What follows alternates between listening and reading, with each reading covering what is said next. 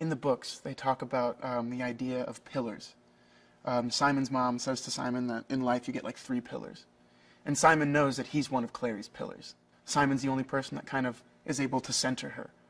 So I think he does that for her because she does that for him. Whenever he's lost, he can go to Clary and find, okay, this is where I am.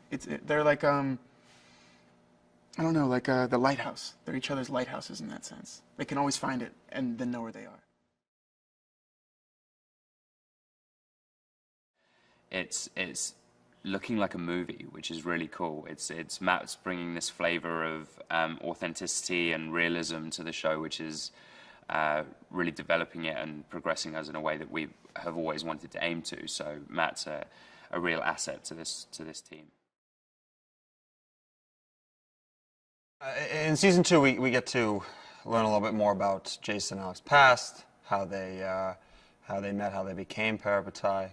And then that becomes a major issue in the beginning of the season because, you know, we begin to feel for what it is exactly that defines their relationship and what makes them so upset when they're apart. And that causes significant challenge.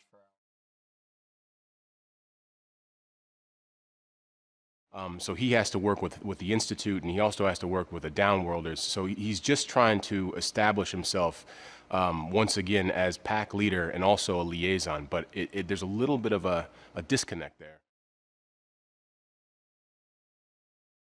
Starting off as almost like a friendship and then, you know, evolving into somewhat of a relationship. But I think what's interesting is seeing kind of how that develops as opposed to, you know, one day you kiss and the next day you're in a relationship. That it doesn't happen that way. And I think what's interesting about this season is what we're trying to do is to develop it and to make it very real and grounded. What you know, any relationship you get into, and there's trust, there's, you know, question. So there is this new guy in the Institute. His name is Aldertree. Is he bad? Is he good? We don't know yet. Especially his relationship with Isabel. It's going to be very interesting. And he's going to probably take Isabel in a path that she shouldn't be going to. At the end of last season, you saw Clary get her mom back, which is something that she's been pursuing the entire season. It's something that she's really been striving for. It's what all of her effort went into.